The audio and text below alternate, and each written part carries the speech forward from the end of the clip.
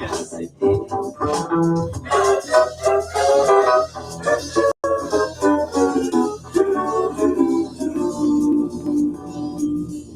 How you doing? How you doing? Lawrence Lane here, just doing what I do.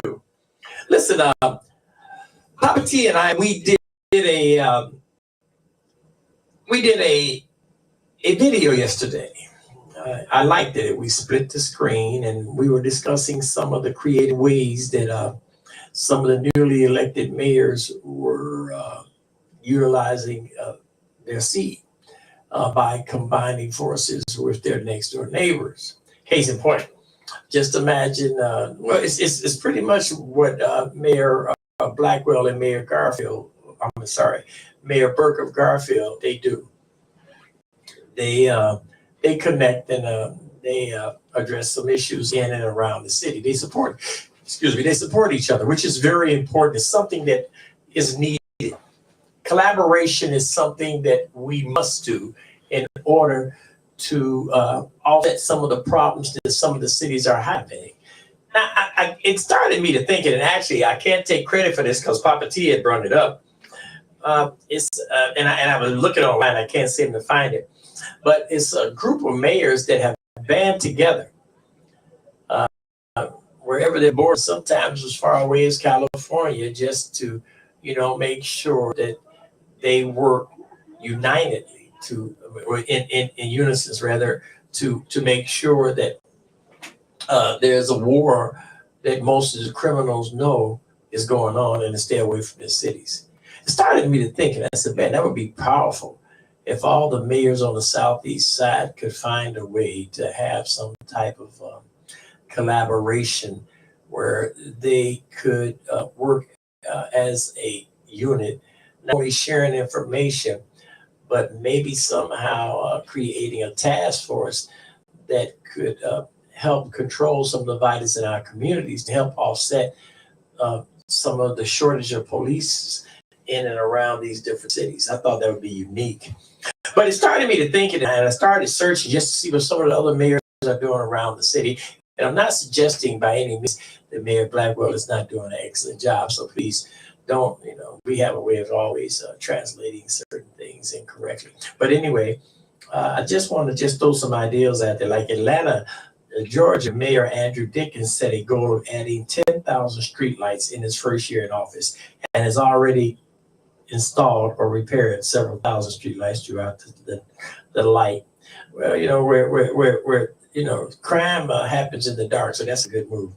Augusta, Georgia, Mayor Hardy Davis Jr. pledged to release data on makers of guns used in crimes in the city. Hey, that would get their attention. That's the way to do it. But the Republicans really don't care about that. They still going to say, hey, listen, that's my constitutional rights. Hey, well, it's your constitutional rights. And that's why the criminals are exercising theirs to kill a lot of people and to rob. I don't know if that's constitutional, but it starts there, I guess.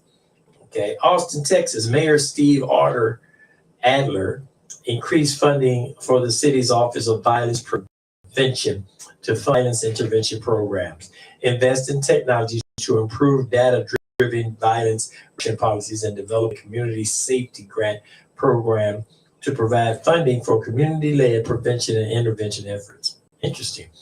Baltimore, Maryland, Mayor Brandon Scott piloted a group violence reduction strategy involving police, prosecutors, and community partners working together to deter group-involved gun violence. Baton Rouge, Louisiana, Mayor President Sharon Worston Broom allocated $2.5 million in federal funding to community-based public safety and launch Heal the Block, a weekly summer series aimed to bring resources directly to communities impacted by violence. In Alabama, Mayor Randall Wolfton pardoned more than 15,000 people with cannabis-related charges and invested $3 million in conflict resolution resources. Boston, Massachusetts, Mayor Michelle Wu launched the Community Ambassadors Program, which is dedicated to support through both outreach service referrals, families, young people at elevated risk of involvement in violence. Look, I go on, just to name some of these things. So it started me to thinking, and I know Mayor Blackwell, she is always excited to hear different programs. She's innovating. She's a new type of individual that listens. That's what I say. And I fact, she said, listen. She said this. She said, I listen, and I'm trainable. If I'm making a mistake, I'll learn. That's good. That shows growth, and that's a willingness to want to work with people. Now, my show is not always going to be about this topic, but it does involve Maple Heights, and because it involves Maple Heights, I'm always concerned on how to make it better. One of the things that I do know is that we have always tried to say that certain individuals are responsible for the gun violence and the different violence in and around Maple Heights. That's incorrect. Okay, it happens everywhere. I was on my way over here and I just found out someone there was just shot over in Garfield, I believe, or they were killed. I see a SWAT team, a lot of people over there, a lot of police cars, and that's pretty much what happened. I don't know the details, so don't quote me on these things that I'm saying. But my point is this.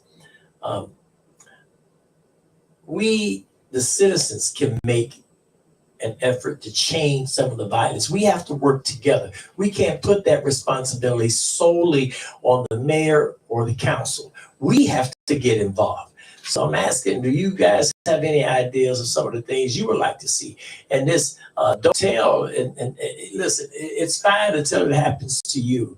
There's an issue that's out here that we need to deal with, and that is gun violence. That's different people in and around your neighborhood that is being affected by that. There's these youth taking cars and so on and so forth. Listen, you got to report these individuals. And I hate to say it like that because you want to say that it's being a snitch, but it's not being a snitch. Actually, it may just come down to saving a life.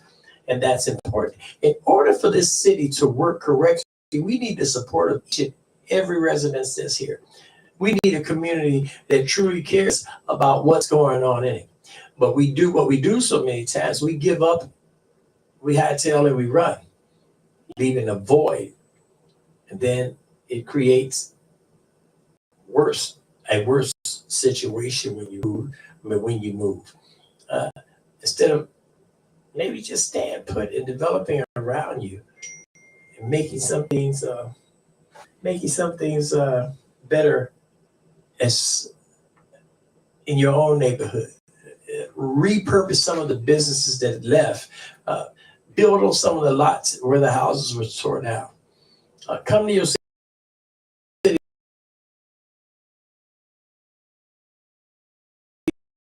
council meetings and get involved in your school.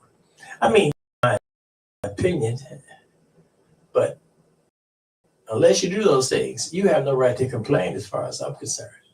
In other words, get involved. I think we use a complaint. Hey, this is Lawrence Lane, just an opinion.